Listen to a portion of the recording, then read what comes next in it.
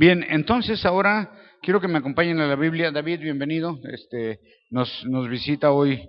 David, para ti que vienes por primera vez, te quiero nada más decir que por lo general aquí, no sé si conozcas el estilo aquí de Calvary, pero por lo general los días de estudio vamos libro por libro, capítulo por capítulo, verso por verso. ¿Ok? Entonces hoy estamos en el libro de Ezequiel, capítulo 17, y vamos a tratar de ir adelante en este capítulo. Ya hemos estado viendo todo lo que ha estado manejando Ezequiel, ¿se acuerdan? Desde la semana pasada.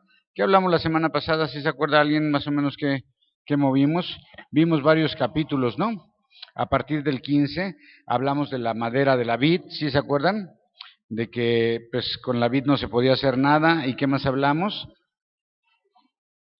La notificación a Jerusalén de sus abominaciones, cuando la compara con una esposa infiel, ¿sí se acuerdan? Todo eso fue lo que vimos. Entonces el día de hoy vamos a continuar con una visión de Ezequiel. Este es un capítulo de esos que parece un acertijo, pero más adelante el mismo profeta explica la analogía que él está usando al pueblo.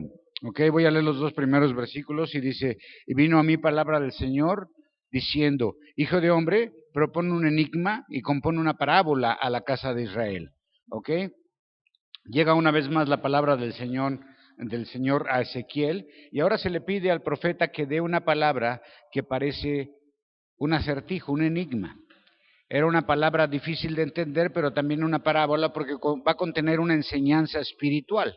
Y aquí va a hablar de dos águilas, un águila muy fuera de lo común, ya que su plumaje es de diversos colores, así que tenemos un enigma. Y aquí podemos ver la creatividad de Dios para declarar un mensaje, y esto, obvio, tenía por propósito, ¿por qué estaba hablando de esta manera el profeta a través de Dios? O sea, Dios a través del profeta, de esta manera tan enigmática.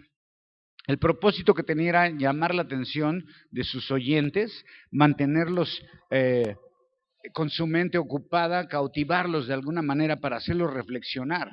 La presentación del mensaje era muy atrayente e invitaba a pensar a la gente. Es un mensaje dirigido a la casa de Israel, pero en su totalidad está hablando de Judá y en Jerusalén. ¿Ok? Otra vez vuelve a tomar el nombre de Israel para referirse a Judá y a Jerusalén. Entonces recordamos que Ezequiel está entre los exiliados de Babilonia. ¿Se acuerdan? Él ya está exiliado, él ya está en Babilonia. Y el mensaje va a los exiliados. Y este es el mensaje. Vamos a leerlo del verso 3 al 6. Y dice, dirás, así dijo el Señor Dios. Una gran águila de grandes alas y de largos miembros, llena de plumas de diversos colores, vino al Líbano y tomó del cogollo del cedro, arrancó el principal de sus renuevos y lo llevó a la tierra de mercaderes y lo puso en la ciudad de sus negociantes. Tomó también de la simiente de la tierra y la puso en buen campo para sembrar, la plantó junto a grandes aguas y la puso como un sauce y reverdeció y se hizo una vid de mucha rama, de baja estatura, de sus ramas las miraban y sus raíces estaban debajo de ella, así que se hizo una vid, arrojó sarmientos y echó mugrones. ¿Ok? ¿Qué está diciendo aquí? Bueno, vamos ahora. Señor, te damos gracias por esta porción, te pedimos que nos ayudes, Señor, a estar en ella, en contexto, Señor, a vivirla, a meterla en nuestro corazón, Padre, en el nombre de Jesús. Amén. Bueno, comienza a decir el profeta que había un águila muy grande, con miembros muy grandes, alas muy grandes, garras muy grandes, y que aparte era una águila que tenía un plumaje de diversos colores. Es una águila muy rara realmente, ¿no? Describe las características y lo que hizo esta águila. ¿Qué fue lo que hizo esta águila? Dice que tomó de lo más alto, dice del cogollo del cedro, ¿verdad? ¿Qué es el cogollo? Para aquellos que son agricultores, ¿sí saben qué es el cogollo? ¿Sí? Es la parte, la rama más alta, ¿no? La punta, ¿sí? La corona del cedro. Obviamente algunos relacionan el cedro con el templo de Dios, porque era un templo hecho de madera de cedro, de acacia y todo eso, y dicen, bueno, ok, este es de la punta más alta del templo, esta águila tomó a alguien, lo quitó y lo colocó en tierra de comerciantes, y también nos dice que tomó de la simiente y la puso en campo bueno. Obvio, al estar en buena tierra, esta creció, y nos llama la atención, dice que sus ramas estaban apuntando a otra águila. Fíjate, dice el verso 7, y la otra águila de grandes alas, de muchas plumas, y aquí que esta vid, juntó cerca de ella sus raíces y extendió hacia ella sus ramas para ser regada por ella, por los surcos de su plantío. En un buen campo, junto a muchas aguas, fue plantada para que hiciera ramas y llevara fruto, y para que fuera vid robusta. Bueno, ya vimos que esta, nos dicen que creció, echó raíces, estaba de baja estatura, pero sus ramas y sus raíces estaban debajo de ella, y dice que creció y arrojó sarmientos y echó mugrones. Mugrones son las ramas, ¿ok? Así que describe, aquí aparece una segunda águila, y se nos dice que se juntó a esta vid, es decir, la vid fue plantada por la primera águila, ¿sí se acuerdan? Ajá, la de muchos colores. Y ahora, una vez que la vid comienza a desarrollarse, que empieza a crecer, empieza a apuntar sus ramas hacia la otra águila. Entonces tenemos dos águilas, una muy diferente de plumaje, de diversos colores, a la que las ramas de la vid apuntan, pero se junta con la otra y busca aguas de la otra águila. Ya había sido plantada por la primera águila en buena tierra para que diera fruto, pero decidió ir con la segunda águila, quien no la plantó. Aquí hay algo raro, ¿verdad? O sea, hay una águila que quita a alguien y planta a otro, planta esta vid, y cuando comienza a crecer, la vid se desvía del águila de colores y se quiere ir hacia otra águila, ¿ok? Y la vid hizo esto con la esperanza de que la segunda águila cuidara de la vid, la protegiera y le diera las condiciones adecuadas para el crecimiento y para la prosperidad que ya tenía bajo la primera águila, porque se nos dice que se desarrolló, que creció, que empezó a arrojar sarmientos y mugrones, pero estaba buscando en el lugar equivocado, siendo rebelde a quien la plantó. O sea, no estaba siendo fiel. El resultado que se esperaba era que se convirtiera en una vid majestuosa. Había crecido, pero aún no llegaba a lo que se esperaba. Dice que era de baja estatura. Y si nos quedamos hasta aquí en el relato, en esta parte del enigma, pues decimos, como dicen aquí, sabe, ¿verdad? ¿De qué está hablando? Pues sabe. Y Dios sabía también que todos esos iban a quedar así. Cuando el profeta les dijera eso, había una águila que vino y tomó del cogollo y lo arrancó y lo quitó y agarró de la simiente y plantó una vid, y llegó otra águila y la planta. Cuando les contara todo eso, todos iban a quedar así. Sabe. ¿Ok? Entonces, como Dios sabe eso, va a explicar con detalle la analogía, el acertijo. Y el propósito, como ya dijimos de esto, era captar la atención del auditorio presentando un mensaje que atrapara sus mentes. ¿Ya te atrapó o no? ¿Quieres saber qué son esas águilas? América, nada, ya ni me voy a ser profesor. Bien. 9:10. Así dijo el Señor Dios, será prosperada, no arrancará sus raíces y destruirá su fruto y se secará. Todas las hojas de su verdura se secarán, y no con gran brazo ni con mucha gente arrancándola de sus raíces. Y aquí que plantada está ella, será prosperada, no se secará de todo cuando el viento solano la tocare, en los surcos de su verdor se secará. Ahora, ya vimos que en el capítulo anterior, 2 capítulos antes, dijo, ¿de qué sirve la madera de la uva? Dice, ¿sirve para construir? ¿Podrías hacer una casa, una artesanía de madera de uva? Pues quedamos en que no, porque se quemaba después de la vendimia, ¿verdad? Entonces está diciendo que Israel no servía, el pueblo estaba ya inservible. Pero ahora le pregunta, yo planté esa viña, bueno, está diciendo que está la viña plantada, que está creciendo, y ahora 2 preguntas al auditorio. Dice, ¿será que esa vid va a crecer o se va a secar? Le pregunta el profeta Ezequiel a los que están escuchándolo. Después de toda esa historia dice, bueno, ya les conté la historia, ¿creen ustedes que esta vid va a seguir desarrollándose o se va a secar? 2 respuestas, ¿no? ¿Sobrevivirá la vid después de que se haya alejado de la primera águila para irse hacia donde está la segunda? Dice, ¿creen que sobreviva? Es una vid que está cambiando los planes por sí sola. Está tomando decisiones, pero ¿serán las correctas? Obvio no tenían la respuesta y estaban así como están todos ahorita, así como que ¿de qué se trata? Por lo cual, Dios en su misericordia va a explicar el significado en la voz de Ezequiel. Tenemos que la primera águila plantó esa vid en un lugar fértil y tenía sus cuidados, pero la vid toma otra dirección y busca los cuidados de una segunda águila. Ahora viene la explicación de Dios, verso 11 en adelante. Y vino a mí palabra del Señor diciendo, di ahora a la casa rebelde, ¿no habéis entendido qué significan estas cosas? Diles, he aquí que el rey de Babilonia vino a Jerusalén y tomó rey y sus príncipes y los llevó consigo a Babilonia. Tomó también de la simiente del reino e hizo con él alianza y le trajo a juramento y tomó los fuertes de la tierra, para que el reino fuera batido y no se levantara, sino que guardara sus alianzas y estuviera en ella. Pero se rebeló contra él, enviando sus embajadores a Egipto para que le dieran caballos y mucha gente. ¿Será prosperada? ¿Escapará el que estas cosas hizo? ¿Y el que rompió la alianza podría huir? ¿De quién está hablando, mis queridos hermanos? Ya todos sabemos, ¿verdad? ¿De quién? Del último rey en Judá, llamado Jeconías. ¿Okay? La parábola describe los acontecimientos en el tiempo del exilio del rey Joaquín o Jeconías o Joacín. Cuando Nabucodonosor colocó a Sedequías en el trono de Judá. También describe el año en que Sedequías se rebeló contra Babilonia porque confiaba en la promesa de la ayuda de los egipcios. Ya hemos leído todo eso, lo estudiamos en el libro de Jeremías. ¿Okay? ¿Qué pasó? Que Dios primero dice, esta nación es rebelde, los califica de rebeldes.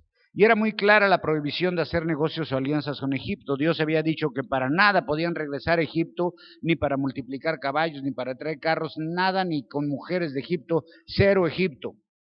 Estaba prohibido para los hijos de Dios hacer alianza y regresar a Egipto. Nada que ver con Egipto. ¿Por qué? Porque Egipto había sido sus captores por 400 años. Entonces tenemos que la primera águila, ¿quién es? Es Babilonia, representada por Nabucodonosor. Y la segunda águila es el faraón en Egipto, que representan a dos naciones esas águilas. A Babilonia se le representa como un águila de diversos colores, porque era una nación multicultural, hecha de muchas personas del mundo, entonces la representa de esa manera. Y Egipto también era potencia en esos momentos. Eran las dos potencias que había, dos naciones poderosas. Egipto había sido quien en el pasado había esclavizado a los hebreos, pueblo de Dios. Y Babilonia, la nación que Dios había levantado para juzgar a su pueblo. Entonces se describe aquí la captura de Joacín, a quien reemplazó Sedequías, ¿se acuerdan? Nabucodonosor agarró a Joacín, se lo llevó a Babilonia, se le dieron algunas profecías, y luego agarra a Sedequías, que es también de linaje, pero que no pertenecía exactamente al linaje de reyes, pero es hombre de linaje, y entonces dice, ¿sabes qué? Tú te vas a quedar aquí como rey, y yo te voy a dejar gobernar, y me vas a servir, pero vas a ser fiel a mí. Pero ¿qué pasó después de unos años, cuando el reinado de Sedequías comenzó a moverse, empezó a crecer, se vio que podía tener cierto prestigio? Pues se rebeló buscando el apoyo de Egipto y cometió un gran error. Sedequías rompió el pacto, desconoció la promesa de lealtad y de obediencia que había hecho a Nabucodonosor. Y podemos decir, bueno, ¿y qué? Pues es un rey pagano. Sí, pero Dios estaba... acuérdate que cuando Sedequías hizo el juramento a Nabucodonosor, lo hizo en el templo. ¿Y sabes en el nombre de quién lo hizo? En el nombre de Jehová. Sedequías le dijo a Nabucodonosor, ¿sabes qué? Yo te voy a ser fiel, me voy a someter a ti, lo juro por Jehová. Algo así. ¡Pum! Y se acuerda que muchas veces Jeremías les dijo, no se defiendan, no peleen, mejor dejen que se los lleven, quédense aquí quietecitos y les va a ir mejor. ¿Ves? Pero decidieron pelear y hacer alianza con Egipto porque pensaron que podían vencer a los babilonios. Entonces Sedequías rompió el pacto. De hecho, Sedequías juró fidelidad en nombre de Dios en el templo. Y Dios esperaba que Sedequías fuera fiel a ese pacto, a respetar su nombre. Que fuera fiel al pacto que hizo con Nabucodonosor. ¿Y sabes qué pasó? Lo rompió. ¿Y sabes qué hizo Dios? Dios interviene, o sea, no creas que Dios se quedó así como que, qué chido que rompiste la promesa que hiciste en mi nombre, ¿eh? O sea, estuvo muy bien. Al cabo que es un rey pagano. Qué bueno que estás tratando de librarte, pero ¿de qué se estaba tratando de librar Sedequías? ¿De Nabucodonosor o de la voluntad de Dios? Sedequías tenía condiciones óptimas para que su reinado creciera. Y está representado en la parábola por un suelo fértil, por muchas aguas. Y lo compara con la plantación de un sauce. Porque el rey Nabucodonosor, dentro de todo, ayudó a Sedequías a prosperar en su gobierno. Aunque era un rey títere de Babilonia, pero estaba protegido por el imperio que estaba conquistando el mundo. Y si él hubiera permanecido fiel a su juramento de lealtad, Nabucodonosor y el reino de Judá podría haber continuado y podría haber prosperado como reino. Aunque fuera tributario, pero podría haber estado por muchos años más. Pero la alianza con Egipto busca la alianza y ese fue el motivo de la caída del último rey de Judá. Después de él ya no hubo ningún otro rey. Hasta la fecha no ha habido un rey que se siente en el trono. ¿Okay? ¿Qué era lo que esperaban los judíos? Que Jesús, linaje de David, se sentara en el trono. Pero ni siquiera había templo ya, ¿verdad? ¿O sí? Sí, sí había. Lo destruyen 70 años después de Cristo, ¿ok? Entonces, esperaban que se sentara ahí. Pero desde Sedequías no se ha sentado nadie en Jerusalén, porque el trono ya ni está, el templo ya ni está.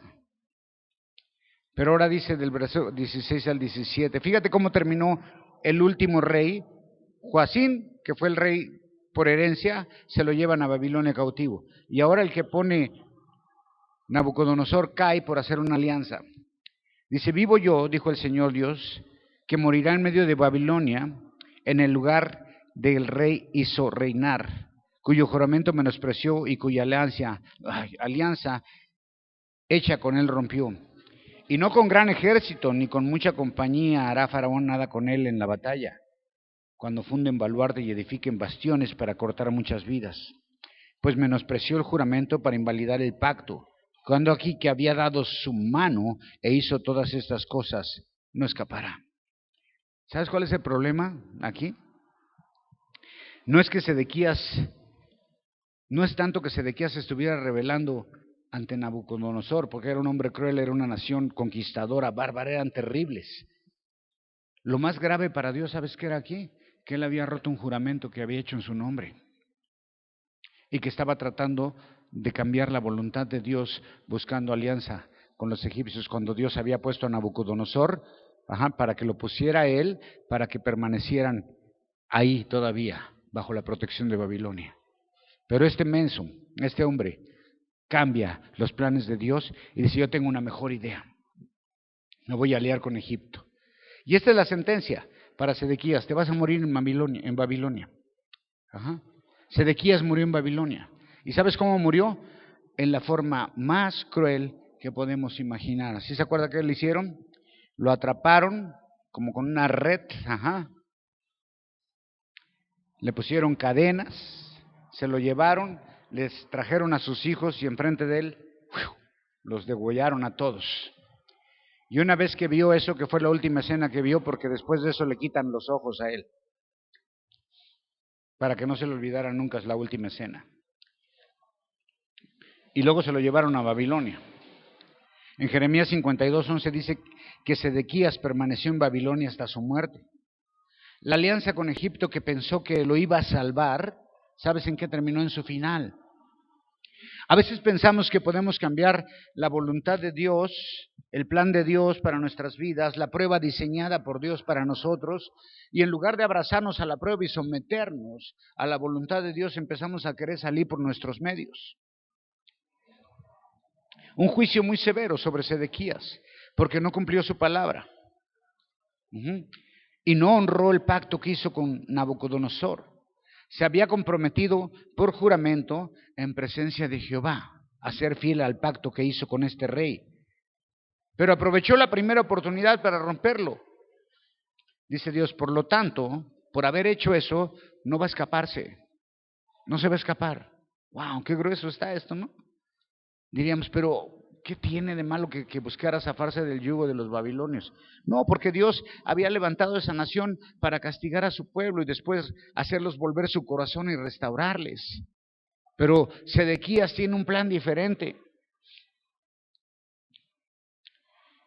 ¿No se parece un poco a aquellos que rompemos promesas a Dios? A los que nos olvida lo que prometimos.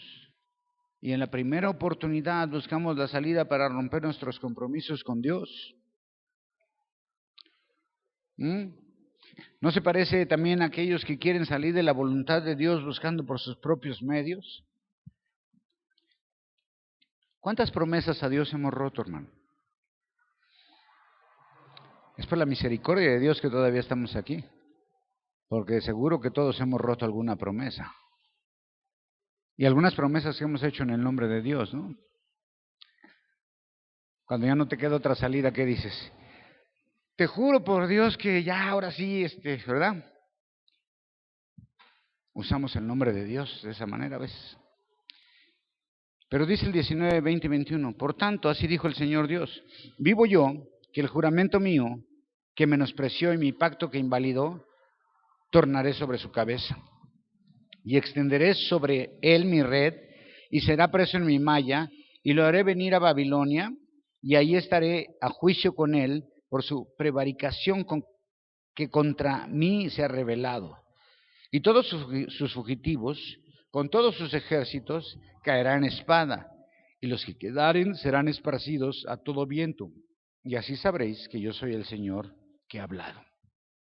¿Okay? Ahora el punto es, rompió mi pacto. Es impresionante, pero para Dios la violación de un pacto tiene consecuencias. Para Dios la violación de una promesa hecha en su nombre tiene consecuencias. Jeremías 52 del 6 al 9 narra la historia de cómo Sedequías y sus funcionarios trataron de escapar. En Jeremías ya lo estudiamos, hermanos, cuando ellos trataron de escapar, pero los babilonios llegan y no tuvieron éxito, porque dice Dios que extendió su red sobre él. Entonces, cuando Sedequías rompe su pacto con el rey de Babilonia, también cometió una traición contra el mismo Dios, porque está tratando de salir de la voluntad de Dios. Había jurado en su nombre. Y como digo, ahora es muy fácil salir de una situación diciendo, te lo juro por Dios. Pero realmente es un pretexto que usamos en el nombre de Dios en vano, y eso tiene consecuencias. Jeremías estuvo aconsejando muchas veces a Sedequías y a otros judíos que debían permanecer en sumisión a los babilonios, que atravesaran por el juicio que Dios había diseñado para ellos, porque era lo mejor. El punto es que Sedequías quiso ir por encima de la voluntad de Dios y quiso buscar en otras fuentes, creyendo que se podía escapar de la voluntad de Dios. ¿Quién crees que se puede escapar de la voluntad de Dios? ¿Quién? Nadie. Dios va diseñando nuestras vidas y las va diseñando conforme a nuestra obediencia o rebeldía, porque Dios va moldeándonos de acuerdo a lo que necesitamos. Y es como cuando Jesús estaba ya para ir a la cruz, estaba angustiadísimo, ¿se acuerdan? Y en un momento también dijo, ¿saben qué? Oren porque estoy entrando en tentación. ¿Tentación de qué? De salir de la voluntad de Dios. ¿Ah? Ahora, Jesús al final, en la oración hasta dice, no hay otra forma. Dios, no hay otra forma de hacer esta cosa. Silencio total. Y otra vez, no hay otra forma. Y luego dice, ¿sabes qué? Jesús entiende cuál es su misión, cuál es su ministerio, cuál es el plan diseñado de Dios para él. y dice, ¿sabes qué? No me gusta mucho, pero que sea tu voluntad y no la mía. Muchos queremos ir por encima de la voluntad de Dios. Lo que hacemos muchos. No me gusta lo que estoy pasando, aunque haya sido diseñado por Dios para mí. Así es de que entonces busco salir de la voluntad de Dios con pretextos, con mis medios y haciendo alianzas con el mundo. Y eso es lo peor que podemos hacer. Y esto también nos dice y nos deja ver muy claro que todos los acuerdos, los contratos, compromisos y obligaciones que los creyentes adquieren son tan importantes como si los hubieran hecho con Dios, hermano. Aguas.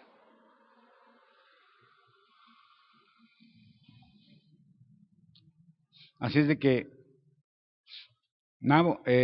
Sedequías y su gente iban a ser juzgados por la falta de confianza en el Señor. Porque Dios dijo, ustedes van a estar aquí, tienen que permanecer aquí. Jeremías les advirtió, no peleen, quédense tranquilos. Dejen que se los lleven. Pero tenían falta de confianza en Dios, les faltaba esa fe en Dios. ¿Sabes por qué? Porque continuamente estaban demostrando la tendencia a confiar en Egipto. Es la tendencia a confiar en el mundo. Porque pensamos que de esa manera podemos asegurar mejor nuestra vida. La tendencia a confiar en el mundo, la tendencia a confiar en nuestros recursos, en nuestras relaciones, antes que en la voluntad de Dios. ¿Y sabes qué? Después de la caída de Sedequías, ¿qué pasó? Jerusalén sería conquistado por completo ya. Si se hubiera acatado a la voluntad de Dios, las cosas hubieran sido diferentes. De todas maneras, se hubieran ido tal vez a cautiverio, pero no en la forma en que llegó. Sin ojos, viendo el asesinato de sus hijos, sufriendo las consecuencias. 22 en adelante dice, así dijo el Señor Dios. Eso ya es maravilloso. Después de toda esta tragedia, dice, yo tomaré del cogollo de aquel alto cedro y lo pondré de principal de sus renuevos, cortaré un tallo y lo plantaré sobre el monte alto y sublime. En el monte alto de Israel lo plantaré y alzará ramas y llevará fruto y hará magnífico cedro y habitarán debajo de él todas las aves, toda la cosa que vuela, habitará a la sombra de sus ramas. Y sabrán todos los árboles del campo que yo el Señor abatí el árbol sublime, levanté el árbol bajo, hice secar el árbol verde e hice reverdecer el árbol seco. Yo, el Señor, hablé e hice. Wow, ahora Dios dice, ok, todo esto es un juicio. El capítulo comienza hablando de un juicio tremendo, pero termina con misericordia. Entonces Dios dice, yo voy a tomar de la parte más alta del cedro, es decir, de la parte más alta, una ramita, dice, voy a tomar un tallo de ahí. Y esta es una promesa de restauración después de todo esto. En donde Dios una vez más, con imágenes de la parábola, dice que va a tomar de la parte más alta de las ramas y va a volver a plantar un tallito en un monte alto.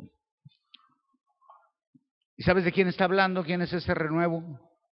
A donde van a habitar, va a ser magnífico, va a dar fruto y todas las naciones van a habitar debajo de sus ramas. ¿Sabes de quién está hablando? De Jesús, de la llegada del Mesías al final de los tiempos. Después de que las dos grandes águilas no consiguen establecer el Estado de Israel bajo su tutela, ¿te das cuenta? Dice Dios, no, ¿saben por qué? Porque yo lo voy a hacer. Yo mismo voy a plantar ese tallito en una montaña alta donde va a crecer.